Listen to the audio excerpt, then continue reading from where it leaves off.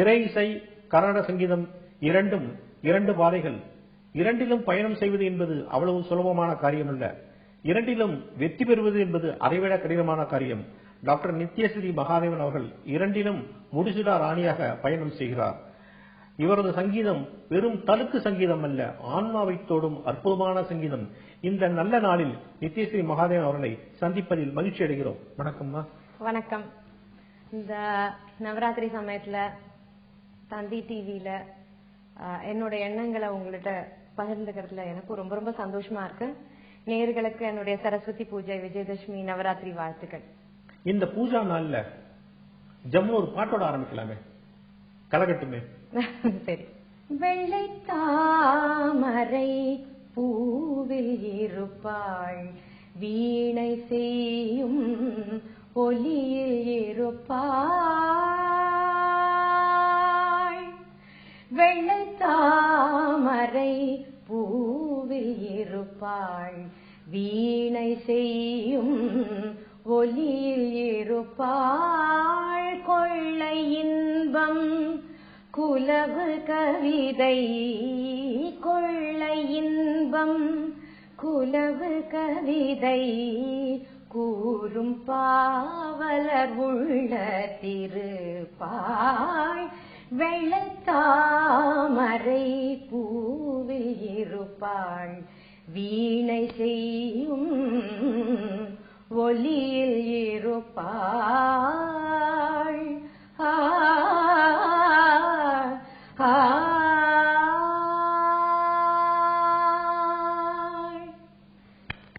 உங்க கோட்டையான கர்நாடக சங்கீதத்துக்கு வருவோம். கர்நாடக சங்கீதத்துல இப்ப டிசம்பர் சீசன் வரப்போகுது. நிறைய பாடல்கள் பாடுறீங்க, பாடகர்கள் பாடுறாங்க.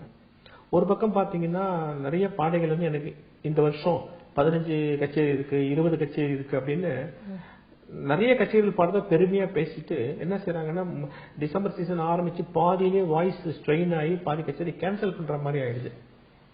இன்னொரு பக்கம் பாத்தீங்கன்னா நிறைய திறமையான பாடகர்கள் பாடகளுக்கு சபாக்களில் வாய்ப்பு இல்லை, அப்படி வாய்ப்பு கிடைச்சா கூட மத்தியான நேரத்துல பாடுறாங்க, பிரதாமா 15 பேருக்கு பாடுறாங்க. இந்த போக்கு எப்படி பாக்குறீங்க நீங்க? ஓகே, முதல் விஷயம் நான் நீங்க சொன்ன இந்த சோ கால்டு பிரதான டைம்ல, பிரைம் டைம்ல பாடிட்டு இருக்கிறவங்களை ரெப்ரசென்ட் பண்ணி பேசுறேன். பெருமையை தாண்டி சில சமயத்துல ரெஸ்ட்ரிக்ட் பண்ணிக்கணும்னு நினைக்கிறோம். ஒரு 8 இடத்துல மட்டும் பாடணும். எந்த அடிப்படையில செலக்ட் பண்றது சொல்லுங்க? எல்லா சபாக்கள்னாலதான் நாங்க வளர்ந்துருக்கோம். எந்த பேசிஸ்ல இந்த சபா வேண்டாம், இந்த சபா வேணும்னு முடிவு பண்றது ரொம்ப கஷ்டமா போகுது. சம்டைம்ஸ் நம்மள வளர்த்த சபா எத்தனையோ விஷயங்கள் பாடணும்னு ஆசையா கேக்குறவங்க இந்த 1 பாடுங்க 2 பாடுங்கன்னு சொல்ற சமயத்துலதான் ஒத்துக்கிறோமே தவிர, சில நேரங்கள்ல கொஞ்சம் குறைச்சிக்கணும்னு நினைக்கிறது முடிய மாட்டேங்கிறது. அடுத்த விஷயம் அதனால குரல் பாதிக்கப்படுறது அப்படின்றது உண்மைதான். ஒரு 20-25 தேதிக்கு அப்புறம் சில சமயம் குரல் நல்லா இருந்தா கூட மனசளவுல ரொம்ப டயர்டா போயிடுறது. ஒரு 12-13 கச்சேரி முடிஞ்சதுக்கு அப்புறம் அதே ஒரு ஸ்ட்ரெஸ் லெவல்ல குவாலிட்டியை மெயின்டைன் பண்றது கஷ்டமா இருக்கு. இருந்தாலும் சில சமயம் புஷ் பண்ணிட்டு அந்த ஒரு சங்கீதம், சில ராகங்களுடைய ஒரு மகத்துவம், சில கீர்த்தனைகள் பாட சமயத்துல ஒரு ஃப்ரெஷ்னஸ், தானாவே ஒரு எனர்ஜி வந்துதான் கச்சேரியை சக்சஸ் பண்ணிட்டு இருக்கோம். மத்தியான பாடகிகள், பாடகர்கள் சில சமயத்துல ரொம்ப நல்ல திறமைசாலிகளுக்கு கூட்டம் இருக்க மாட்டேங்கிறது. ஏன் சார், பிரதான டைம்லயும் அந்த மாதிரி பிரச்சனை இருக்கு. சில சமயத்துல நீங்க பாத்தீங்கன்னா 5 மணி கச்சேரி பிரமாதமா ஒரு வித்வான் பொழிஞ்சிட்டு இருப்பார், ஆனா எதிர்த்தாப்புல காலியா இருக்கும். அதுவும் அந்த பரிதாபமும் இருக்கு. மக்கள் யார் கச்சேரிக்கு வராங்க, யார் கச்சேரிக்கு வரமாட்டாங்க, எதனால போறாங்க, எதனால போகலன்றது சொல்ல முடியலையே. ஒரு பாடல், சினிமா பாடல கூட ஒண்ணு பயங்கர ஹிட் ஆகுது, இன்னொரு நல்ல பாடல் ஆனா ஹிட் ஆகல. ஏன் அது தெரியாது. அந்த மாதிரியான ஒரு விஷயம் தான். தமிழ்நாட்டு மக்களை நான் திருப்பியும் சொல்றேன், ரசிகர்களை அவங்க ஒரு நல்ல திறமைன்னு ஐடென்டிஃபை பண்ணாங்கன்னா தூக்கி விடுவாங்க. ஒரு ரொம்ப பிரமாதமா பாடுறாங்கன்னா வெயிட் பண்ணுவாங்க. அவங்க எந்த மொழி, அவங்க தமிழ் பையனா, தமிழ் பொண்ணா, ஆந்திராவை சேர்ந்தவங்களா, கர்நாடகாவா, இல்ல பாம்பேயா, இல்ல அமெரிக்காவான்னு பார்க்க மாட்டாங்க.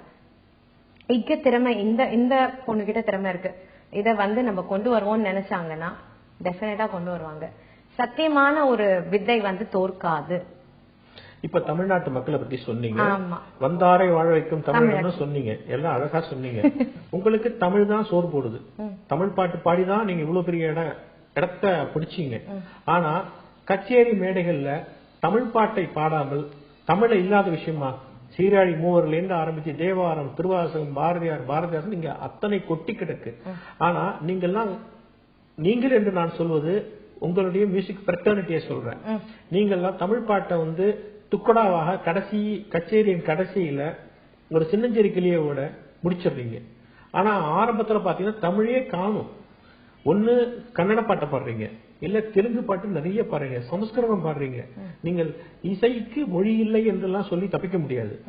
அவ்வளவு விஷயங்கள் இருக்கு. ஏன் தமிழ்ல இவ்வளவு விஷயங்கள் இருக்கும்போது நீங்க வந்து அத தமிழை பாடாமல் நீங்கள் வேற மொழி பாடல்களை பாடிவிட்டு கடைசியா தமிழுக்கு வருகிறீர்களே, இது நியாயமா? நீங்கள் என்னிடம் இந்த கேள்வியை கேட்பது நியாயமா? நான் என்ன பொறுத்த வரைக்கும் நான் வந்து ஃபர்ஸ்ட் இது பண்ணிடுறேன். நான் நிச்சயமா வந்து நிறைய தமிழ் பாடல்கள் பாடிக்கொண்டிருக்கிறேன். சோ என்ன நீங்க இந்த கேள்விகள் பாயிண்ட் அவுட் பண்ணினதை நான் முதல்ல மறுக்கிறேன். சரி, கச்சேரியிலேயே பார்த்ததுனா கூட நிறைய தமிழ் பாடல்கள். சரி, நீங்க வந்து கச்சேரிக்கு போனீங்கன்னா தமிழ் பாட்டு நிறைய கேட்க முடியுதா? நீங்க சொல்லுங்க, நீங்க ஒரு லிசனரா போனீங்கன்னா கேட்க முடியுதா? ஒரு பிரதான இடத்துல வந்து தமிழ் பாட்டு இருக்கிறது குறைவுதான். உங்க பாஷையில சொன்னா மெயின் ஆகட்டும், சப் மெயின் ஆகட்டும், ஏன் தமிழ் பாட மாட்டேங்குது? வரும், இல்ல டோட்டலா வரதே இல்லன்னு சொல்ல முடியாது. நான் ஒரு 10 பாட்டு நான் உங்களுக்கு எக்ஸாம்பிளே சொல்லுவேன். பிறவாவரம் தாரும் பெம்மானே கேட்கலையா நீங்க? இந்த கச்சேரியில லத்தாங்கி பாடி இந்த பாட்டு பாட மாட்டாங்களா? சபாபதிக்கு வேறு தெய்வம் சமானமாகுமா, தில்லை சபா, தாயே யசோதா பாடுறோம் மெயினா, தோடி பாடி. இந்த மாதிரி நிறைய பாடல், காப்பாலிகா ஃபேமஸ் காப்பாலிலாம் நிறைய பாடல்கள் பாடிட்டு தான் இருக்கும். இருந்தாலும் அங்கொன்றும் இங்கொன்றும் நடக்கிறத சொல்லக்கூடாது, ஜெனரலா நடக்குதா இல்லையா அதை சொல்லுங்க. நடக்கிறது என்னன்னா, நீங்க பெங்களூர் போய் புரந்தோதராசரையும் கனகதாசரையும் தான் பாடுறீங்க. அங்க போய் வந்து ஒரு முத்துத்தாண்டவரை பாடுறது இல்ல. இல்ல சார், பாடின்னு தான் சார் இருக்கோம். அங்க போனாலும் பாடுவோம். என்ன சொல்றேன் கேளுங்க. இப்ப நான் அங்க பெங்களூர் போனாலும் புரந்தரதாசர் தான் மெயினா எடுத்துக்கிறதுன்றது இல்ல. மும்மூர்த்திகள் கீர்த்தனைகளுக்கு அப்பாற்பட்டுதான் கர்நாடக சங்கீதத்துல வந்து இன்னொரு சங்கீதம். ஏன்னா அவங்களுடைய அந்த ஒரு பீரியட்ல தான் வந்து கர்நாடக சங்கீதமே ஒரு வடிவம் எடுத்தது. சோ அந்த பாடல்களை அப்பாற்பட்டு இன்னொன்னு பாட முடியாது. ஆனா தமிழ் பாடல்கள்ல அற்புதமான அருமையான ரொம்ப நல்ல உருப்படிகள் நிறைய. மூர்த்திகளை பேசுறவங்க ஏன் தமிழ் மூவரை பத்தி பேச மாட்டேங்கிறீங்க? பேசல, காரணம் நமக்கு தெரியாது. வாகேக்காரா அப்படின்னு சொல்லக்கூடியவர்கள் அந்த கீர்த்தனையும் இயற்றி, அதாவது வார்த்தைகளையும் இயற்றி அதற்குரிய மெட்டையும் இசைத்தவர்கள் தான் வாகேக்காரர்கள், உத்தம வாகேக்காரர்கள் சொல்றது. இப்ப நமக்கு மாரிமுத்தா பிள்ளையோ, முத்து தாண்டவரோ, அருணாச்சல கவிராயரோ அந்த பாடல்களோட மெட்டு நமக்கு கையில கிடைக்கல. சோ அவங்க வாகேக்காரா இல்லன்னு சொல்லல, அவரோட சிஷ்ய பரம்பரை இல்லாத போயிருக்கும். ஏன்னா அவ்வளவு பிரமாதமா எழுதினவங்களுக்கு டியூன் தான் இல்லாத இருக்குமான்னு. ஆனா தெய்வீகமா வந்திருக்கிறவங்க. பட் நமக்கு அந்த டியூன் கிடைக்காதது ஒரு மிகப்பெரிய ஒரு இது. அதுவே தியாகராஜ சுவாமிக்கோ, தீட்சிதருக்கோ, சாமா சாஸ்திரிக்கோ, பட்னம் சுப்பிரமணியக்கோ ஒரு சிஷ்ய பரம்பரை அமைஞ்சு அதே ஒரிஜினாலிட்டி அப்படியே மெயின்டைன் ஆயிட்டு வருது. அது ஒரு பியூட்டிஃபுல். இப்ப சக்கனி ராஜ அப்படின்னா அது ஒரு 10 சங்கதி அந்த பல்லவியில. அந்த கரஹரப்பிரியா ராகம் தெரியாதவங்க கூட சக்கனி ராஜா கத்துனா பாட முடியும் அப்படின்றது. அது அவங்க வாகேக்காரர்களுடைய கீர்த்தனையை பாடுறதுனால அது எஸ்டாப்ளிஷ் ஆகுது. இப்ப நம்ம சொல்லிக் கொடுக்கற சமயத்துல கூட வித்தியார்த்திகளுக்கு இந்த மாதிரி கீர்த்தனைகள் சொல்லிக் கொடுக்கற சமயத்துல இதுவாகுது. பட் தமிழையும் வாகேக்காரர்கள் இருக்காங்க. இப்ப ராமசாமி சிவன், ஊத்துக்காடு வெங்கடகவி, இப்ப அலைப்பாயுதைய நம்ம எல்லாரும் வேற வேற ராகத்துல பாடுறது இல்ல, கானடா தான். அதே மாதிரி பாபநாசம் சிவன், கோபாலகிருஷ்ண பாரதி இவர்களுடைய பாடல்லாம் அந்த வாகேக்காரர்களுடைய ஒரு குரூப்ல வருது. அது தவிர இப்ப வந்து ஒரு பெரிய ரெனைசான்ஸ் இருக்கு சார். நிறைய தமிழ் உருப்படிகள் வெளியில வந்துட்டு இருக்கு. இன்னும் கூட பாடலாம். நான் ஒரு தமிழ் பெண்ணா சொல்றேன், இன்னும் கூட நிறைய தமிழ் பாடல்களை பாடினா தப்பில்லை, பாடலாம். நானும் உங்களுடைய கருத்தோட சேர்ந்துக்கிறேன். நிறைய தமிழ் பாடல்கள். பாட்டி வந்து அவ்வளவு பாரதியார் பாட்டுகளை பாடினவங்க. சுதந்திரம் வாங்கின அன்னைக்கு ராத்திரி முதல் பாட்டு ஆடுவோமே பள்ளு பாடுவோமே பாடினவங்க. ஒரு வரி பாடிடுவோமே. சரி. ஆடுவோமே பள்ளு பாடுவோமே, ஆனந்த சுதந்திரம் அடைந்து விட்டோம் என்று ஆடுவோமே. இன்னொரு முக்கியமான கேள்வி, ஒரு காலத்துல செம்மங்குடி பாணி, மதுரை மணியர் பாணி, MS பாணி, MLB பாணி, மதுரை சோமு பாணி அப்படின்னு GNB பாணி, இப்படி பட்டமால் பாணி, மகாராஜபுரம் பாணின்னு இப்படி வெவ்வேறு பாணிகள் இருந்தது, வெவ்வேறு ஸ்டைல் ஆஃப் மியூசிக் இருந்தது. அவங்க எல்லாம் வந்து ஒரு ஸ்டைலை ஃபாலோ பண்ணி அவங்க ஒரு ஸ்டைலை விட்டுட்டு போயிட்டாங்க.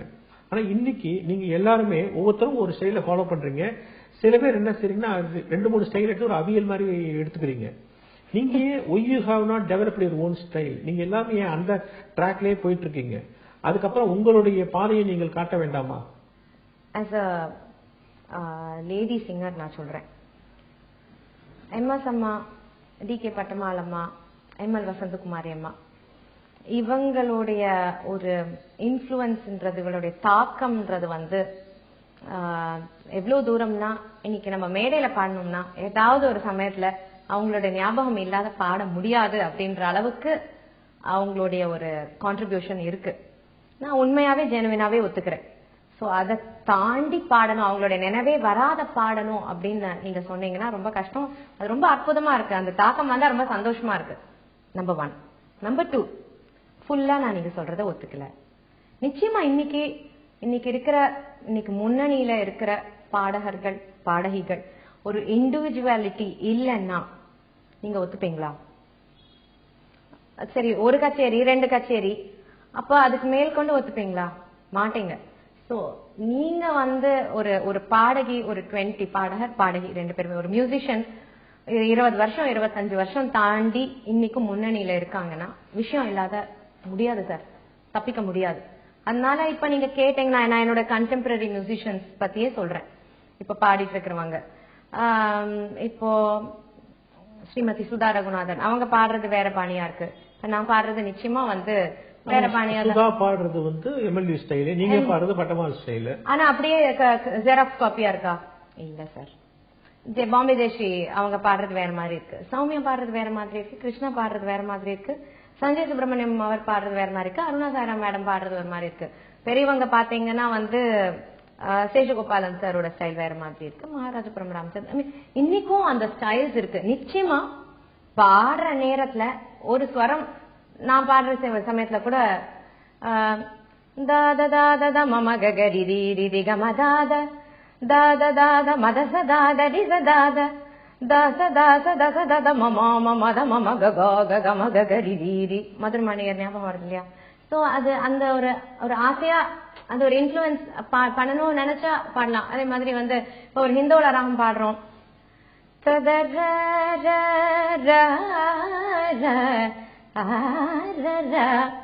ஒரு MLB-யோட ஒரு டச்சோட இருந்ததுதான் ரொம்ப அழகா இருக்கு அப்படின்னு தோணும். சிலது காற்றில் வரும் கீதம் MS அம்மா மாதிரி பாடினா ரொம்ப ட்ரை பண்ணுவோம், அந்த மாதிரி இல்ல, டச்சஸ் வரும், பட் இண்டிவிஜுவாலிட்டின்றது நிச்சயமா இருக்கு. ஏன் சார் நான் வந்து பட்டமாமா மாதிரி பாட முடியுமா சார்? மலை ஹிமாலயா மாதிரி நான் அவங்களுடைய ஸ்டைல்ல ஃபாலோ பண்ணிட்டு இருக்கேன். என்கிட்ட வந்து சொல்றவங்களே, அவங்க பட்டமாமாவோட பேத்தியா இருந்தா கூட அவங்க ஸ்டைல் மாதிரி இல்லையேன்னு நான் இனிஷியலா வந்து ரொம்ப வருத்தப்பட்டு அழுதுருக்கேன், பட்டமாட்ட போயிட்டு அழுதுருக்கேன். அம்மா என்ன மாதிரி என்ன வந்து கிரிட்டிசைஸ் பண்றாங்க, நான் ஒன்ன மாதிரி பாடலன்னு சொல்றாங்கன்னு. அப்ப அவங்க ஒரே வார்த்தை தான் சொன்னாங்க, என்ன மாதிரி பாடுறதுக்கு நான் இருக்கேனேமா, என்ன மாதிரி பாடுறதுக்கு நீ எதுக்கு இல்லையா? சோ அந்த மொழி எனக்கு மறக்கவே முடியாது, அந்த ஒரு பொன்மொழிகள். மியூசிக் வந்து ஜெராக்ஸ் காப்பியா இருக்க கூடாது, மிமிக்ரியான்னு உனக்கு தோன்றதை நீ பாடு அப்படின்னு சொல்லுவாங்க. சோ இருக்கு சார், பட் அது எஸ்டாப்ளிஷ் ஆகிறது கொஞ்சம் லேட் ஆகும். இன்னொன்னு அந்த பயங்கர பெரிய வைர தாக்குதல் சார், அந்த தாக்குதல்ல இருந்து மக்கள் மீள்றதுக்கு கொஞ்சம் டைம் எடுக்கும். அண்ட் இது ஒரு ட்ரெண்ட், எப்படியுமே நீங்க அந்த ஒரு ஸ்பெல்ல இருந்து மீண்டு இன்னைக்கு இருக்கிறவங்கள ஒத்துண்டு அப்புறமா இன்னொரு 25 வருஷம் கழிச்சு ஒத்துப்பீங்களோ என்னமோ தெரியாது. இல்ல அதுக்கு ஒரு காரணம் நான் சொல்றேன், அவங்க ஏத்துப்பீங்க தெரியல எனக்கு. அவங்க எல்லாம் அவ்வளவு ஒரு மேதாவிலாசத்தோடு பாடினதுக்காக அவ்வளவு உழைப்பு, அவ்வளவு கிரியேட்டிவிட்டி இருந்தது. இன்றைக்கு பாடகிகள் எல்லாருமே ஃபாஸ்ட் ஃபுட் மாதிரி வேக வேகமா கத்துக்கிட்டு வேக வேகமா மேடை ஏறி வேக வேகமா வெளிநாட்டு கச்சேரி பண்ணி சம்பாதிக்கணுங்கிற ஒரு ஐடியாலே இருக்காங்க. அந்த உழைப்பும் அந்த டெடிகேஷனும் இன்னைக்கு இல்லாதனாலதான் உங்களால ஒரு அளவுக்கு மேல அந்த லெவல ரீச் பண்ண முடியல. அதாவது அந்த அளவுக்கு ஞானம் உங்களுக்கு இல்ல அப்படிங்கிறவங்க சொல்லலாம். ஒத்துப்பீங்களா? ஒத்துக்க முடியாது சார். ஏன்னா அது உண்மை இல்ல. எவ்வளவு முடியுமோ ஜெனுவினா வந்து உழைப்பு இல்ல அப்படின்றதெல்லாம் இல்ல. இன்னைக்கு வந்து அது மட்டுமே இல்ல, ஒரு பல வேற விஷயங்கள்ல எல்லாமும் ஈடுபட்டு இந்த கர்நாடக சங்கீதத்தை தக்க வைக்கிற ஒரு பெரிய பொறுப்பு எங்களுக்கு இருக்கு. அன்னைக்கு வந்து அது ஒரு ரெஸ்பெக்டபிளா இருந்த கர்நாடிக் மியூசிக்க, வேற எந்த போட்டியும் இல்லாத அந்த கர்நாடிக் மியூசிக்க வந்து அவங்க எல்லாம் ரெப்ரசென்ட் பண்ணாங்க. இன்னைக்கு எங்களை பொறுத்த வரைக்கும் பல தாக்குதல்களுக்கு நடுவுல நாங்க கர்நாடிக் மியூசிக்கும் இருக்கணும். சோ இன்னைக்கு இருக்கிற ட்ரெண்டுக்கு எவ்வளவு ஜெனுவினா முடியுமோ, நாட் எவ்ரி ஒன், நீங்க சொல்ற குற்றச்சாட்டும் இருக்கு. சில பேர்கிட்ட வந்து அந்த ஒரு ட்ரெண்ட் இருக்கு, நாங்களே சொல்லிட்டு தான் இருக்கோம். ஒரு 4 வருஷத்துக்கு அப்புறமே வந்து பெர்ஃபார்மன்ஸ், அடுத்தது இது ரெக்கார்டிங், இது அதுன்னு சொல்லிட்டு டோட்டலா அஸ்தமிக்க கூடாது. ஒரு நல்ல ஒரு பூர்ணமான ஒரு growth வர வரைக்கும் வெயிட் பண்ணுங்கன்னு சொல்லிட்டு வித்தியார்த்திகள்கிட்ட சொல்லின்னு தான் இருக்கும். சோ அந்த குற்றச்சாட்டும் இருக்கு. But not every one, there are really extremely great talent இப்பவும் இருக்கு. கர்நாடக சங்கீதம் வந்து அப்பேற்பட்ட ஒரு விஷயம். நம்ம ஊர்ல நம்ம மண்ணுல வந்து திறமை இல்லாத போகுமா? இந்த புண்ணிய பூமியில இருக்கும் சார். சரி, எவ்வளவு கச்சேரிகள், எவ்வளவு சபாக்கள், வெளிநாட்டு பயணங்கள், இதுல ஏற்பட்டது ஏதாவது சுவாரஸ்யமான சம்பவம் சொல்லுங்க. சுவாரஸ்யமான ஹியூமரஸா சொல்றீங்களா? இல்லன்னா வந்தா ஹியூமரஸா நிறைய சார். வெளியூருக்கு போற நேரத்துல வந்து ஒவ்வொரு சமயத்துல எத்தனையோ நடக்கும். நம்ம ஊர்லயே கூட ஒரு கச்சேரிகள்ல சங்கடமா இருக்கும், மனசை தொடர மாதிரி இருக்கும், சிரிக்க வைக்கிற மாதிரி இருக்கும். ஆஸ் மியூசிஷியன்ஸ் இசை அப்படின்ற ஒரு பெரிய ஒரு சந்தோஷம், ஒரு பரமானந்தத்தை தவிர்த்து வாழ்க்கையும் ரொம்ப சுவாரஸ்யமா இருக்கிறதுக்கு பல சம்பவம். எதிர்பாராத ஒருத்தர் வந்து உங்களை பாராட்டி இருப்பாங்க. ஆமா, எதிர்பாராத பாராட்டுதல் கிடைக்கும். ரொம்ப ஒரு எளிமையா சாமானியப்பட்டவர் வந்து அவர்கிட்ட இருந்து எனக்கு சங்கீதம்னாலே என்னன்னு தெரியாது, ஆனா இன்னைக்கு கச்சேரியை கேட்டுட்டு நான் வந்து ஒரு கர்நாடக சங்கீத ரசிகராயிட்டேன்னு சொல்லுவாங்க. அப்ப ரொம்ப சந்தோஷமா இருக்கும். And there have been instances where ஒருத்தர் வந்து ஆல்மோஸ்ட் சூசைட் பண்ணிக்கிற நிலைமைக்கு வந்துட்டு கச்சேரியை கேட்டுட்டு மறுநாள் என்ன வந்து பார்த்துட்டு சொன்னார், நான் வந்து ஆக்சுவலா வந்து ஒரு சூசைட் அட்டெம்ப்ட்ல இருந்தேன்மா, அதுல இருந்து நான் மீண்டு வந்திருக்கேன்னு சொல்லியிருக்கேன். பாண்டிச்சேரியில மணக்குள விநாயகர் கோவில்ல கச்சேரி. சோ கச்சேரி நேரத்துல தலையெல்லாம் கலைஞ்சு ஒரு ஆள் வந்து நடுவுல வந்து கொஞ்சம் ட்ரிங்க்ஸ் எல்லாம் சாப்பிட்டு வந்த மாதிரி என்னமோ கத்தின்லாம் இருந்தார். அந்த ஆர்கனைசர்ஸ் எல்லாம் வந்து அவனை வெளியில தள்ளுப்பா இது அதுன்னு சொன்னோடனே ஏதோ ஒரு ஓரத்துல உட்காந்து அடங்கிட்டார். அப்புறம் ஹி ஸ்லெப்ட் அந்த மண் தரையில, ஸ்குவாட்டிங் எல்லாரும் தரையில தான் உட்கார்ந்தாரு. தூங்கி போயிட்டார் அவர் கொஞ்ச நேரத்துல. நானே அது நோட்டீஸபிளா இருந்தது. அது கச்சேரி முடிஞ்சு நான் வீட்டுக்கு போயிட்டேன். மறுநாள் வீட்டுக்குன்னா நான் கெஸ்ட் ஹவுஸ் போயிட்டேன். காலையில கிளம்ப போறேன் கார்ல சென்னைக்கு. சிவப்பழமா ஒரு ஆள் வந்தார், உங்களை பாக்கணும், நிச்சயமா பாக்காத போக மாட்டேன்னு சொல்றாரு அப்படின்ட்டு. வெளில வந்து பார்த்து வணக்கம், என்ன விஷயமா வந்திருக்கீங்க அப்படி கேட்ட உடனே என்ன அடையாளம் தெரியறதா மேடம், அடையாளம் தெரியறதான்னு கேட்டோம். தெரியலையே சார், நேத்தி நான் வந்து கலாட்டா பண்ணனே அது நான் தான் அப்படின்னு. அந்த நடுவுல வந்து கொஞ்சம் ஒரு மாதிரி கலாட்டா பண்ணீங்களா அதுவா அப்படின்னு சொல்லிட்டு எனக்கே ஆச்சரியம். அவர் சொன்னார், ஆமா அப்ப இருந்த என்னோட மனநிலைமை, எனக்கு என்னோட பர்சனல் ப்ராப்ளம்ஸ் இந்த மாதிரி ஒரு இதுக்கு என்ன புஷ் பண்ணிட்டு, இப்போ என்னமோ தெரியல, எனக்கு சங்கீதம்லாம் தெரியாது, நான் நடந்து போயிட்டு இருந்தேன், மியூசிக் வந்து என்ன உள்ள இழுத்துது, கேட்டேன், கொஞ்ச நேரம் அதே மாதிரிதான் இருந்தது, அப்புறம் எல்லாமே மறந்து போய் பிளாங்க் ஆகி தூங்கிட்டேன். இன்னைக்கு வந்து நான் வாழ்க்கையில நிச்சயமா அடுத்த எந்த சேலஞ்சுக்கும் நான் என்ன ரெடி படுத்திக்கிறதுக்கு தயாராக்கிடுச்சுன்னு சொன்னார். அப்பா எனக்கு அவ்வளோ ஒரு சந்தோஷமா இருந்தது. சில பேர் நம்ம கிட்ட இருந்து வந்து ஆட்டோகிராஃப் வாங்கிப்பாங்க. இப்படி கூட்டத்துல நுழைஞ்சு மேடம் இந்த ஆட்டோகிராஃப் வாங்கிக்கோ அப்படின்னு. சின்ன குழந்தை, சரி ஆட்டோகிராஃப் எழுதி முடிச்ச அப்புறம் உங்க நேம் அப்படின்னு கேட்கும். எதுக்கியா நீ ஓடி வந்து யாருன்னே தெரியல, ஆனா சும்மா வாங்கிக்கிறேன்னு ஒரு வேடிக்கையான தமாஷ், ஒரு சோகமான தமாஷ். சினிமாக்கு போனா கிளாசிக்கலா பாடுறீங்கன்னு சொல்லுவாங்க. கர்நாடக சங்கீதம் போனா சினிமால இருந்து வந்தாங்க அப்படின்னு அங்க ஒரு அங்கீகாரம் கிடைக்காது. அது பல பேருக்கு அந்த பிரச்சனை இருக்கு. நீங்க எப்படி 2 தளத்தையும் கரெக்டா சமாளிச்சு அந்த வெற்றி கொடி நாட்டுற அளவுக்கு போயிட்டீங்க? எப்படி அது உங்களால சாத்தியமானது? அப்படின்னு இல்ல, அதாவது நமக்கு முன்னோடிகள்னு பாத்தீங்கன்னா கர்நாடக சங்கீத உலகத்திலேயே ஜிஎன்பி சார் தொடங்கி MS லட்சுமி அம்மா தொடங்கி என்னுடைய பாட்டியும் குருவுமான திருமதி DK பட்டம்மாள் அவர்கள் தொடங்கி, அதுக்கு பிறகு வந்து பாலமுரளி கிருஷ்ணா சார், யேசுதாஸ் சார் எல்லாம் வந்து கர்நாடக சங்கீத துறையிலையும் திரை இசை துறையிலும் ரெண்டுலயுமே பிரவேசிச்சவங்க. அந்த அடிப்படையில தான் வந்து அந்த தைரியத்துல தான் நான் என்னுடைய ஆதாரங்கள்னு பாத்தீங்கன்னா நான் பேசிக்கலா ஒரு கர்நாடக சங்கீத பாடகியா தான் வந்து இசைத்துறைக்கு வந்தேன். ஒரு 10 வருடங்கள் நான் ஃபர்ஸ்ட் என்னுடைய முதல் கச்சேரி 87ல பாடினேன். 98ல தான் வந்து ஏஆர் ரஹ்மான் சார் வந்து எனக்கு ஜீன்ஸ்ன்ற அந்த படத்துல பாடுறதுக்கு கண்ணோடு காண்பதெல்லாம் பாடுறதுக்கு வாய்ப்பு கொடுத்தாரு. அப்ப பாடுறதுக்கு ரொம்ப தயங்கினேன், இது எனக்கு சரி வருமா அப்படின்னு. ஆனா இவர்கள்லாம் கூட இந்த திரை இசை அப்படின்ற ஒரு இந்த சினிமான்ற ஒரு ஃபீல்டு, ஒரு பெரிய ரீச், இவங்க எல்லாமே வந்து அதுல வந்து சாதிச்சு கர்நாடக சங்கீதத்திலயும் இருந்திருக்காங்க அப்படின்ற தைரியத்துல தான் நான் வந்தேன். அண்ட் இப்போ எங்களோட ஜெனரேஷன் பொறுத்த வரைக்கும் எக்ஸ்போஜர் ரொம்ப ஜாஸ்தி. எல்லா விதமான மியூசிக்கும் நமக்கு ஊடகங்கள், டெலிவிஷன், இது அது காதுல நிச்சயமா வருது. ஸோ ஒரு ஃபெமிலியாரிட்டி பில்ட் ஆகிறதுனால ரெண்டையும் பேலன்ஸ் பண்ண முடியறது. அதை தவிர்த்து வந்து அது ரெண்டுத்தையும் கர்நாடக சங்கீதம் பாடுற சமயத்துல கர்நாடக சங்கீதமா தான் பாடணும். திரையிசை பாடுற சமயத்துல வந்து அந்த மியூசிக் டைரக்டர் என்ன நம்ம கிட்ட இருந்து எதிர்பார்க்கறாங்களோ அதை கொடுக்கறதுக்கு ட்ரை பண்ணணும். வாய்ஸ்ன்றது வந்து எஸ்பெஷலி சினிமா ஃபீல்ட பொறுத்த வரைக்கும் ரொம்ப ரொம்ப முக்கியமானது. அந்த வாய்ஸ்ன்றது வந்து ரேஞ்ச் நிறைய இருக்கணும். அதுக்கு தேவைப்படுற அந்த நெளிவு செழிவு கொடுக்கற அளவுக்கு பகவான் வந்து ஒரு அந்த அனுகிரகம் கொடுத்திருக்கணும் குரல்ன்றது ஒரு விஷயத்துக்கு. இது எல்லாத்துக்கும் மிஞ்சி ஃபைனலாவும் ஒண்ணு சொல்றேன், என்னோட மியூசிக் டைரக்டர் வந்து என்னோட ஸ்ட்ராங் பாயிண்ட்ஸ் வெளியில கொண்டு வர மாதிரியான பாடல்கள் எனக்கு கொடுத்ததுனால என்னால ஒரு அளவுக்கு பேலன்ஸ் பண்ண முடியாது. நான் ரொம்ப செலக்டிவா தான் கொஞ்சம் திரைப்பட பாடல்கள் பாடினாலும் ரசிகர்கள் ரொம்ப ஆசையா வந்து என்ன வந்து அங்கீகரிச்சிருக்காங்கன்றது குறிச்சு இந்த சந்தர்ப்பத்துல நான் வந்து நன்றி சொல்லணும். சினிமா பாட்டு பத்தி வாய்ஸ் பத்தி பேசுறீங்க, வாய்ஸுக்குன்னு ஸ்பெஷலா ஏதாவது பயிற்சி தெரியுங்களா? நிறைய பயிற்சிகள், குரல் வந்து நல்ல ரேஞ்ச் இம்ப்ரூவ் ஆகிறதுக்கு, பிரெத் கண்ட்ரோலுக்கு நிறைய விஷயங்கள். அந்த பயிற்சி நான் என்ன பொறுத்த வரைக்கும் நான் அந்த பயிற்சியில தான் பண்ணிருக்கேன். அதுக்கும் மிஞ்சி அடுத்தது என்னன்னா ஒரு கிஃப்டட் வாய்ஸ் அப்படின்றது ரொம்ப நேச்சுரலா அமைய பெறணும்.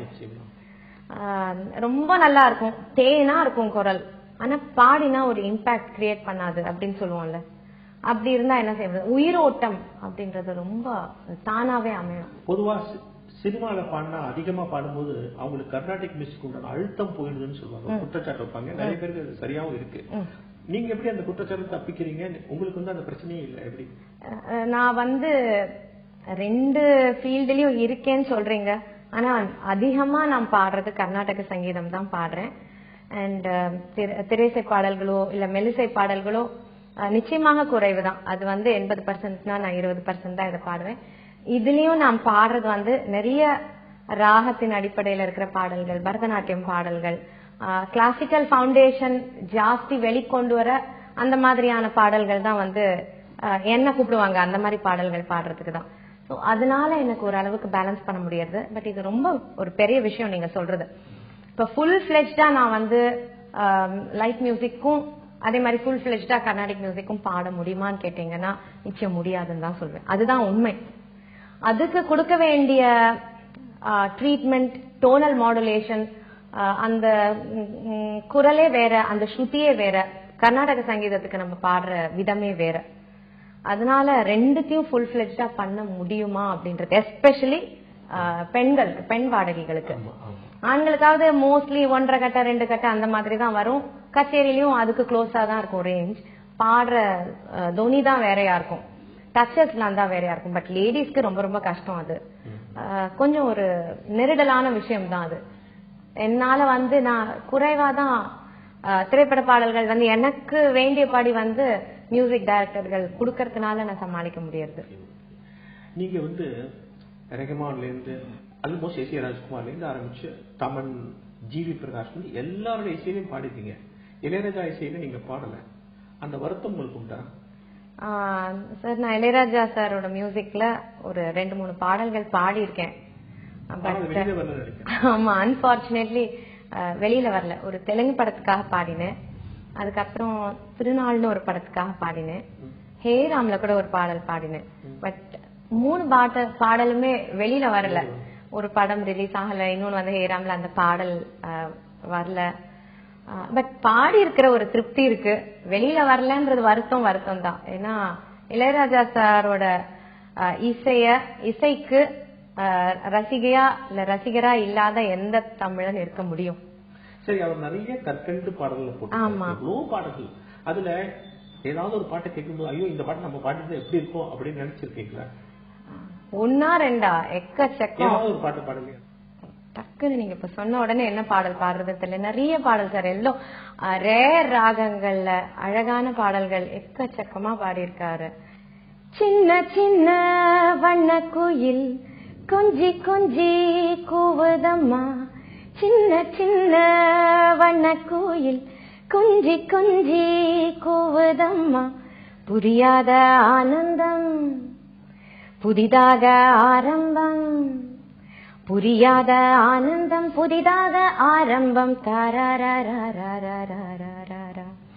சின்ன சின்ன வண்ண கோயில் குஞ்சி குஞ்சி கூவுதம்மா. வளையோசை சல சல சலவென கவிதைகள் படிக்குது, குழு குழு தென்றல் காற்றும் வீசுதே, சில நேரம் சிலு சிலு சிலுவென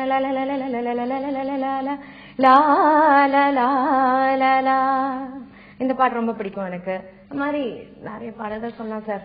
நீங்க எவ்வளவு ஹிட்டான சாங்ஸ் கொடுத்துருக்கீங்க. ஆனா சில நேரங்கள்ல நீங்க ரொம்ப அருமையா பாடிருப்பீங்க. அந்த பாட்டு வந்து உங்க மனசை ரொம்ப தொட்டிருக்கும். அதே சமயம் அந்த படம் ஹிட் ஆகாதனால பாட்டு யாரும் கேட்காதே சினிமாவில் அந்த பிரச்சனை இருக்கு. ஆமா, அப்ப வந்து ஐயோ இந்த பாட்டு யாரும் கேட்காத போயிட்டாங்கன்னு வருத்தப்பட்டீங்களா? என்ன பாட்டு சொல்லுங்க. எனக்கு தெரிஞ்சு மன்மத மாசம் அப்படி பாடிருப்பீங்க.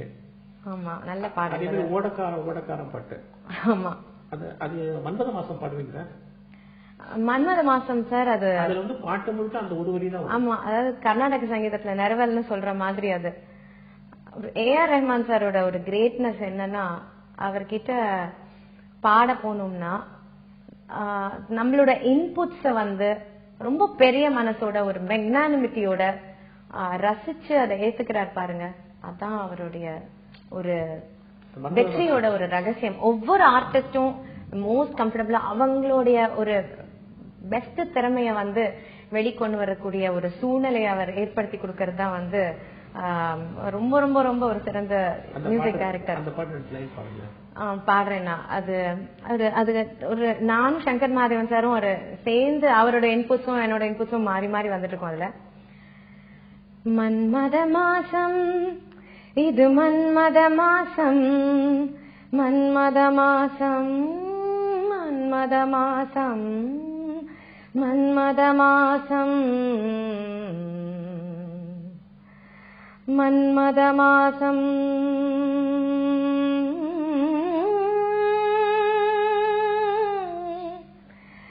மன்மத மாசம். அப்படியே அது அப்படியே போயிட்டே இருக்கும் ஒரு ஃப்ளோல. கூட வந்து ஹார்மோனைஸ் எல்லாம் பண்ணிட்டு இருக்கிறதுனால அந்த சாங் அந்த மாதிரி ஓடிட்டு இருக்கும். இல்ல சங்கர் மகாதேவன் சாரோட இன்புட்ஸும் அந்த சாங்ல வரும். ஏஆர் ரஹ்மான் பத்தி பேசும்போது சஜஷன்ஸ் எல்லாம் நிறைய கேட்பார் அப்படின்னு நீங்க சொல்றீங்க. ஒரு பேட்டி ஏதோ ஒண்ணு படிச்சேன், வேற யாரோ கொடுத்த பேட்டியில. அதுல வந்து சௌக்கியமா கண்ணே சௌக்கியமா பாட்டுல நீங்க வந்து வல்லாருடைய பாட்டு ஒண்ணு பாடி காமிச்சோம். அவர் ரொம்ப இன்ஸ்பயர் ஆகி அதுல இருந்து ஒண்ணு எடுத்தார் அப்படின்னு நான் படிச்சிருக்கேன். அது கொஞ்சம் சொல்லுவீங்களா? ஓ எஸ், ஆக்சுவலா சௌக்கியமா கண்ணே பாடுற சமயத்துல வந்து ஒரு பேசிக் ஐடியா சார் கிட்ட அந்த ஓப்பனிங் சௌக்கியமா கண்ணே சௌக்கியமா அப்படின்ற அந்த பேசிக் டியூன் இருந்தது. ஏர்லி மார்னிங் ஆக்சுவலா யூஸ்வலா அவருக்கு வந்து ஒரு 7 மணி 8 மணிக்கு மேலதான் ஆபீஸ்ல இருந்து ஒரு போன் வரும், ரஹ்மான் சார் ரெக்கார்டிங்னு. தெரிஞ்ச விஷயம், லேட்டா தான் அவர் ஒர்க் பண்ணுவாரு. இந்த பாடல் பொறுத்த வரைக்கும் ஏர்லி மார்னிங் ஒரு 6:30 மணிக்கு போன் வந்தது. சாரோட ஆபீஸ்க்கு போன பொழுது அவருக்கு பேசிக்கா அந்த மாண்டு ராகத்துல இந்த டியூன் செட்டப் பண்ணியிருந்தார். சௌக்கியமா கண்ணே சௌக்கியமா, சௌக்கியமா கண்ணே சௌக்கியமா, அது அந்த மாதிரி அந்த பேசிக் டியூன் ரெடி பண்ணியிருந்தார். அதை தான் சொல்லிட்டு இருந்தார். இது என்ன, இது மாண்டுல வருது இல்லையா நிதிஷ் மேடம், நீங்க இதுல நம்ம ஒர்க் பண்ணலாம் அப்படின்னு சொன்னாரே தவிர கையில ஒர்க் எதுவுமே கிடையாது. It was just myself and Rahman sir. இந்த ஆண்டுல வேரியஸ் டியூன்ஸ்ல தானா தரரா தரரா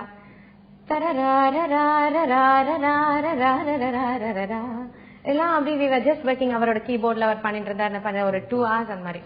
அப்ப அதுல இருக்கிற ஃபேமஸ் பாட்டு பாடிட்டு இருக்கிற நேரத்துல வானத்தின் மீது மயிலாட கண்டேன் மயில் குயிலாச்சுதடி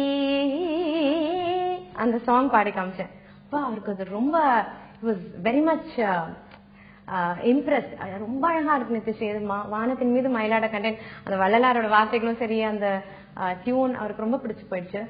ஸோ அதே டியூன்ல வந்து நாங்க ஒர்க் பண்ணிட்டு இருந்த பொழுதுதான் சார் அதுக்கப்புறம் அந்த ஒர்க் பண்ணின மெட்டீரியல்ல வந்து அவர் ஒரு சாங் வடிவத்துல கொண்டு போயிட்டு வைரமுத்து சாருடைய இந்த வலிமையான வரிகள் வந்தது. அதுதான் வானத்தின் மீது வந்துதான் சூரியன் வந்து வாவெனும் போது சூரியன் வந்து வாவெனும் போது சூரியன் வந்து வாவெனும் போது என்ன செய்யும் பனியின் துளி என்ன செய்யும் பனியின் துளி அப்படி வந்தது அது. ஸோ அதுவும் அது அழகா பேக்கேஜ் பண்றதுன்றது ரொம்ப பெரிய விஷயம் இல்லையா சார்? அந்த பெருமை எல்லாம் சார் தான் சேரும், ரஹ்மான் சார சேரும். ஆஸ்கர் தமிழர் இசைப்புயல் ரஹ்மான் சார். இன்னைக்கு வந்து நீங்க எல்லாம் இவ்வளவு முறையான பயிற்சி பெற்று ரொம்ப ரொம்ப ரொம்ப சின்ன வயசுலயே பாட்டிட்டேன் அம்மாட்டேன்னு இவ்வளவு கஷ்டப்பட்டு இவ்வளவு தூரம் ஒரு இடத்த அடைஞ்சிருக்கீங்க. சினிமா சங்கீதத்தை பொறுத்தவரைக்கும் இன்னைக்கு வந்து யார் யாரோ அதாவது சுதி இல்லாம தாளக்கட்டு கூட புரியாம எல்லாரும் பாட ஆரம்பிச்சிட்டாங்க. பாடுறது மட்டும் இல்ல, அது சினிமால வருது. அதை தவிர அதுக்கு அடுத்த கூத்து நடக்குது. அவங்களுக்கு சிறந்த பின்னணி பாடகர் பாடகி விருதெல்லாம் வேற கொடுக்குறாங்க. அதெல்லாம் பாத்துட்டு இருக்கீங்க. அதை வேடிக்கையா ரசிப்பீங்களா அல்லது இன்சல்ட்டிங்கா? என்ன சார் வம்புல இருக்கிறீங்க என்ன? ஆனா ஒரு வேதனையான உண்மைதான் இது. நிச்சயமா நான் இல்லன்னு சொல்ல மாட்டேன். சில சமயத்துல வந்து இப்ப இருக்கிற ட்ரெண்ட் நான் குத்தமா சொல்லல. சில சமயத்துல வந்து அந்த விஷயம்ன்றது பெருசா இருக்காது. பாடல் எல்லா பாடலும் பாடல் தான். அது வந்து ஸ்ருதியோட தாளத்துல இருந்தா பாட்டு தான். அது நம்ம ஒன்னும் அதை சொல்ல முடியாது. சம்டைம்ஸ் ரொம்ப பேசுறதுக்கு ஜஸ்ட் கொஞ்சம் ஸ்ருதியோட பேசுறது கூட பாட்டு ஆயிடுறது. அதுவும் ஜெயிக்கிறது அதுவும் கரெக்ட். அப்ப அந்த நேரத்துல என்ன ஆயிடுறது, அந்த ஒரு பெருசா ஒரு திறமை தேவைப்படுறது இல்ல. ஒரு மெலடியோ இல்லைன்னா ஒரு விவகாரமோ அதுல ஒரு ஸ்டஃப் நிச்சயமா தெரியும். கொஞ்சம் ஒரு நல்ல ரசிகர்களுக்கு தெரியும். இப்போ இது சிம்பிள் பாட்டுன்னு இப்போ அவங்களே சொல்லுவாங்க. அந்த மாதிரியான ஒரு மியூசிஷியன் வந்து வெற்றி பெற சமயத்துல ஒரு நல்ல திறமைக்கு அது இடம் இல்லாத போயிடுமோன்ற ஒரு வருத்தம் தான் வருது. வேடிக்கை கிடையவே கிடையாது. அது என்ன சார் வேடிக்கைன்றது கிடையாது, வேதனை தான். ஒரு நல்ல திறமை நம்மளுடைய மண்ணோட மகத்துவம்னு ஒண்ணு இருக்குல்ல. இந்த ஒரு ரிச் கல்ச்சரலி ரிச் கண்ட்ரி, அதுவும் நம்ம சவுத்லாம் வந்து எவ்வளவு அருமையான பாடல்கள், ஒரு ஆனந்த பைரவி, ஒரு நீலாம்பரி, இதெல்லாம் இந்த மண்ணோடைய ஒரு சிறப்புமிக்க விஷயங்கள் இல்லையா, ராகங்கள் இல்லையா, கமக்கம் அழகானது. சரி அந்த மாதிரி ஹெவியா இல்லன்னா கூட ஒரு நல்ல கமக்கம் ஒரு சங்கதி எல்லாம் இருக்கிற மாதிரியான பாட்டுகள் வெற்றி பெறச்சு இன்னும் கொஞ்சம் சந்தோஷமா இருக்கு. சோ நீங்க இந்த மண்ணுல இவ்வளவு சங்கீதம் இருக்கு, கர்நாடிக் மியூசிக் இவ்வளவு ராகங்கள் இருக்கு அப்படின்லாம் சொல்றீங்க. ஆனா இந்த மண்ணுடைய சங்கீதத்தை பத்தி கவலைப்படாம இன்னைக்கு வந்து ஒரே வெஸ்டர்ன் மியூசிக் ஆயிடுச்சு, ஒரே மெட்டாலிக் சவுண்ட் ஆயிடுச்சு. இந்த ராகங்களை பத்தி எல்லாம் அவங்க விட்டுட்டாங்க. இந்த ராகத்தை அவங்க கவலையப்பட்டல. இந்த ராகங்கள்ல அவ்வளவு பொக்கிஷங்கள் இருக்கு, இவ்வளவு ராகங்கள்ல எவ்வளவு பாட்டோட போடலாம். அதை பத்தி எல்லாம் கவலைப்படாதே நிறைய மியூசிக் போயிட்டே இருக்கு. இதெல்லாம் இந்த ட்ரெண்ட் நீங்க எப்படி பாக்குறீங்க சார்? இது எனக்கு என்ன தோன்றதுன்னா, நான் மதிக்கிறேன். ஏன்னா வந்து இசை அப்படின்றது வந்து குளோபலைசேஷன் தேவைதான். எல்லா ஃபீல்ட்லயும் நம்ம குளோபலைசேஷன் பேசுறோம். அப்ப இசைக்கும் அது எங்கேருந்து அது தப்பிக்க முடியும்? ஸோ ஒரு வெஸ்டர்ன் இன்ஃப்ளூயன்ஸ்ல நம்ம வந்து எத்தனையோ விஷயங்கள் சேஞ்ச் அப்படின்றத ஏத்துக்கணும். நியாயமா சரி ஏத்துக்கிறோம். அந்த பாதிப்பை நடுவுல 1-2 அந்த மாதிரி வரட்டும். அந்த மாதிரி ஒரு வெஸ்டர்ன் நம்ம கூட ரசிப்போம், கை தட்டி ஓகே இது ரொம்ப துள்ளலோட இருக்கு இந்த பாடல் அப்படின்னு சொல்லிட்டு நம்ம கூட நல்லா இருக்கு. ஆனா வெறும் அதுதான் நம்மளோடதே டோட்டலா விட்டுட்டு அதையே போயிட்டு இருந்தா சரி பீட்சா நல்லா இருக்கு டெய்லி அதுதான் சாம்பார் தூக்கு, சாம்பார் சாதமே நின்னும், இதுல உள்ளே சேர்க்காத, தோசையை வெளியில கடத்து, இனிமே பீட்சா பர்கர் மட்டும் தான் அப்படின்னு சொன்ன அப்படி நமக்கு ஒரு நேட்டிவிட்டி, நமக்கு பிடிச்சது வடை சாம்பார் இட்லி பொங்கல், அதெல்லாம் ரொம்ப பிரமாதமா இருக்கு. என்ன தப்பு? சொல்ல போனா நீங்க கர்நாடகா பாடுறது எல்லாம் ஹிட் ஆயிருக்கு. அதே பாமரஜர்கள் தானே. இதே ஆனந்த பைரவிலேயே தங்கமே தமிழுக்கு இல்லை கட்டுப்பாடு, ஒரு சரக்கு இருக்குது முறுக்கு இருக்குது மெட்டு போடு, எத்தனை சபைகள் கண்டும் எத்தனை எத்தனை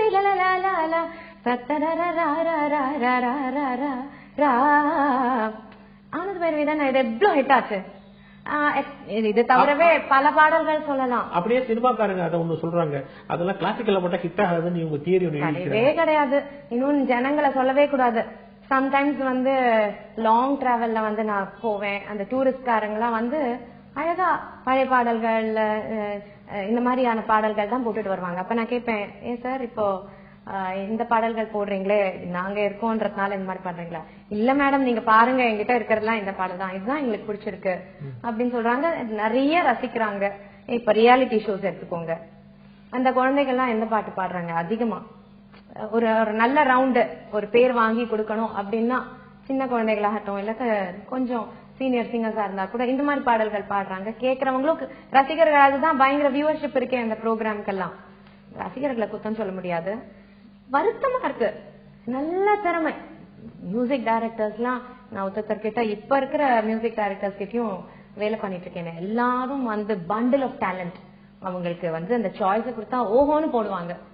எனக்கு தெரியும் என்னமோ ஒரு கம்பல்ஷன்ல இப்படி இருக்காங்க.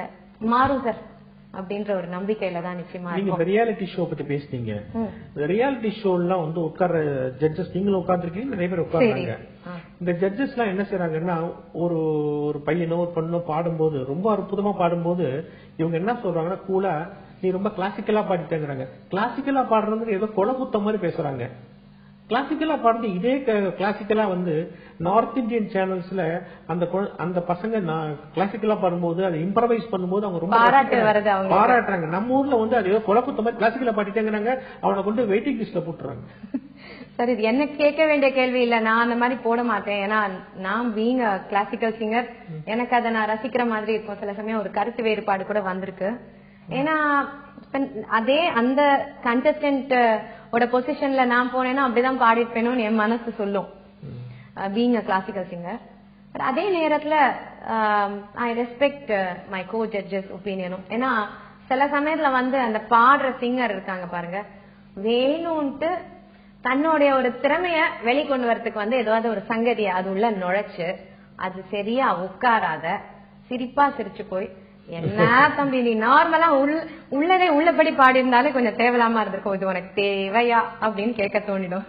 அதனாலதான் அந்த கமெண்ட் வந்திருக்கு. சரியா பாடினோம்னா சூப்பரா இருந்ததுப்பா அந்த சங்கதின்னு சொல்லுவோம் நாங்களும். உங்களை ரொம்ப மெனக்கிட வச்ச ஒரு பாட்டு எதை சொல்லுவீங்க? நிறைய பாடிருக்கீங்க, உங்களை ரொம்ப கஷ்டப்பட ரொம்ப சவாலா இருந்த பாட்டு எந்த பாட்டு சொல்லுங்க? சமீபத்தில் நீங்க பாடுனது. நான் ரொம்ப கஷ்டப்பட்டேன்னு சொல்ல முடியாது, பட் நீங்க ஓடக்கார பாட்டு சொன்னேன் இல்லையா, அது நான் தான் பாடியிருக்கேன்னு நார்மலா இருக்கிறவங்க கண்டுபிடிக்க மாட்டாங்க. அந்த ஒரு வெஸ்டர்ன் டச் கொண்டு வரதுக்கு கொஞ்சம் கஷ்டப்பட்டேன். ரொம்ப நல்ல பாட்டு அது, நல்ல பாட்டு. பட் அன்பார்ச்சுனேட்லி அது அவ்வளவு ஹிட் ஆகல. ஹரி ஜெயராஜ் போட்டதுன்னு நினைக்கிறேன். ஹரி ஜெயராஜ் சார் அந்த பாட்டு பாடுங்க ப்ளீஸ். ஒரு நதி ஒரு பௌர்ணமி ஓர் ஓடம் என்னிடம் உண்டு, ஓடக்காரன் ஓடக்காரன் அட உங்களில் யாருண்டு, ஒரு புதையல் பொற்குவியல் மலைவாசல் என்னிடம் உண்டு, ஒரு புதையல் பொற்குவியல் மலைவாசல் என்னிடம் உண்டு, அலிபாபா அலிபாபா அட உங்களில் யாருண்டு. உங்க பசங்களை பத்தி நீங்க சொல்ல, உங்க 2 மகள்களை எப்படி கொண்டு வரணும்னு ஆசை? தேஜஸ்ரீ தனுஜஸ்ரீ என்னுடைய 2 மகள்கள். அந்த 2 செல்லம் தான் என்ன இந்த மாதிரி சிரிச்சிட்டு இருக்கிற மாதிரி என்ன அவ யூஸ்வலா அம்மா தான் எனக்கு எல்லாம் அப்படி சொல்லுவாங்க. நான் சொல்றேன், எனக்கு அந்த பசங்களுடைய சிரிப்பை பார்த்துதான் நான் சந்தோஷத்தை கொண்டு வந்துக்கிறேன். அவ்வளோ எனக்கு அது ஒரு 2ம் அப்படி ஒரு செமத்து குட்டிகள் 2ம். அவர்களை எப்படி கொண்டு வரணும்னு நான் நினைக்கிறேன்றத விட அவங்களுக்கு பிடிச்ச மாதிரி அவங்க வரணும்னு தான் நான் முதல்ல நினைக்கிறேன். நீங்க கேக்குற கேள்வி அவங்க இசைத்துறையில வருவாங்களான்றதுதான் சூச்சகமா கேக்குறீங்கன்னு தெரியுது. அதே ஒரு மியூசிக்கல் பேக்ரவுண்ட்ல இருக்கிறதுனால என்னுடைய பாட்டி திருமதி டி.கே. பட்டம்மாளுடைய ஒரு ஆசீர்வாதம், அவங்களுக்கும் எல்லா பேசிக் ஞானம், ஸ்வர ஞானம் எல்லாம் இருக்கு. தாளம், ஸ்ருதி, லயம், ஞானம் எல்லாமே இருக்கு. அதுக்கு மேல் கொண்டு அவங்களே வந்து அந்த ஃபீல்டுல தன்னை அர்ப்பணிச்சுக்கிறதுக்கு தயாரா இருக்காங்களா, இந்த ஒரு பரமானந்தத்துல ஈடுபடுத்திக்கிறாங்களா, படுத்தினாங்கன்னா ரொம்ப சந்தோஷம். பட் நான் கம்பல் பண்ண மாட்டேன், நான் ஃபோர்ஸ் பண்ணல. கத்துக்கிட்டோம் நிச்சயமா வந்து அட்லீஸ்ட் ஒரு நல்ல சங்கீதத்தை ரசிக்கக்கூடிய நல்ல இதுவா ஒரு நல்ல காது இருக்கிறவாளா இருக்கணும்னு நான் ஆசைப்படுறேன். என் மகள்களை அவங்க ஒரு நல்ல சிட்டிசன்ஸா வரணும், மோர் தென் எனிதிங் நல்ல ஹியூமன் பீயிங்ஸா வரணும்னு நினைக்கிறேன். கடைசியா ஒரு கேள்வி, நித்யஸ்ரீ எப்படிப்பட்ட பெண்? சங்கீதத்தை தவிர்த்து நித்யஸ்ரீ எப்படிப்பட்ட பெண்? அதாவது சோதனைகள் வரும்போது இதுவும் நம்மை கடந்து போகும் என்று துணிச்சலாக தன்னம்பிக்கையுடன் இருக்கும் பெண்ணா, அல்லது வெளியில் சிரிப்பை காட்டி தனக்குள்ளே தனிமையில் அழுது கொண்டிருக்கும் பெண்ணா? நித்யஸ்ரீ எப்படிப்பட்ட பெண்? தெரியலையே சார், நாயகன்ல வர டயலாக் மாதிரி தெரியலையேப்பா அப்படின்னு தான் சொல்ல தோன்றது.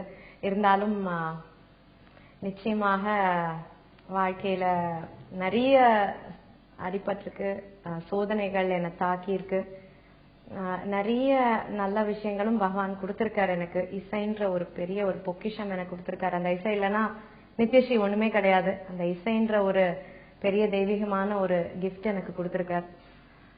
என்கிட்ட வந்து பிரியமா இருக்கிற எத்தனையோ மனிதர்கள், குடும்பம், ஆசையான குடும்பம், ஒரு ரசிகர்கள், அவர்கள் என்கிட்ட வந்து அவ்வளோ ஒரு அபிமானம், ஒரு வாத்சல்யத்தோட என்ன நான் வந்து கச்சேரி பாடுற சமயத்துல அந்த இசையில ஈடுபடுறதுக்கு முன்னாடி நான் என்னோட ஆடியன்ஸ் முகத்தை பார்த்தாலே ஒவ்வொருத்தர் முகத்துல இருக்கிற அந்த ஒரு பாசம், அவங்களுடைய சகோதரியா, அவங்களுடைய மகளா, அவங்களுடைய பேத்தியா என்ன நினைச்சுட்டு அந்த முகத்துல இருந்தே அவங்க எனக்கு டிரான்ஸ்மிட் பண்ணிடுறாங்க அத்தனை ஒரு எனர்ஜிய. அவங்க இந்த மாதிரியான ஒரு விஷயங்கள் தான் என்ன வந்து ஒரு தைரியப்படுத்திருக்கு. அண்ட் பேசிக்கலாவும் வந்து நானே நினைச்சுக்கிறேன், என்ன இந்த பல விஷயங்கள் வந்து என்ன தைரியப்படுத்திருக்கு, எனக்கு இன்னும் கொஞ்சம் ஒரு தன்னம்பிக்கை கொடுத்திருக்கு, கான்பிடன்ஸ் கொடுத்திருக்கு. அதனால வந்து நிச்சயமா வந்து நான் வந்து ரொம்ப ஒரு ஆர்த்தடாக்ஸ் ஃபேமிலில இருந்து வரேன், ட்ரெடிஷனல் செட்டப்ல இருந்து வந்தாலும் நிச்சயமாக ரெவல்யூஷனரியா ஒரு கருத்துக்கள் என்கிட்ட இருக்கு அப்படின்ற ஒரு நம்பிக்கை எனக்கு இருக்கு. அதனாலதான் உங்க முன்னாடி நான் பேசிட்டு இருக்கேன். இவ்வளவு நேரமும் எங்களுடைய கேள்விகளுக்கு பொறுமையாக, அழகாக, சுவாரஸ்யமாக, புன்சிரிப்போடு பதில் சொன்ன நித்யஸ்ரீக்கு நன்றி. நன்றி. இந்த ஒரு அருமையான வாய்ப்பை ஒரு நல்ல நாள்ல எனக்கு கொடுத்த தந்தி டிவிக்கு என்னுடைய நன்றிகள்.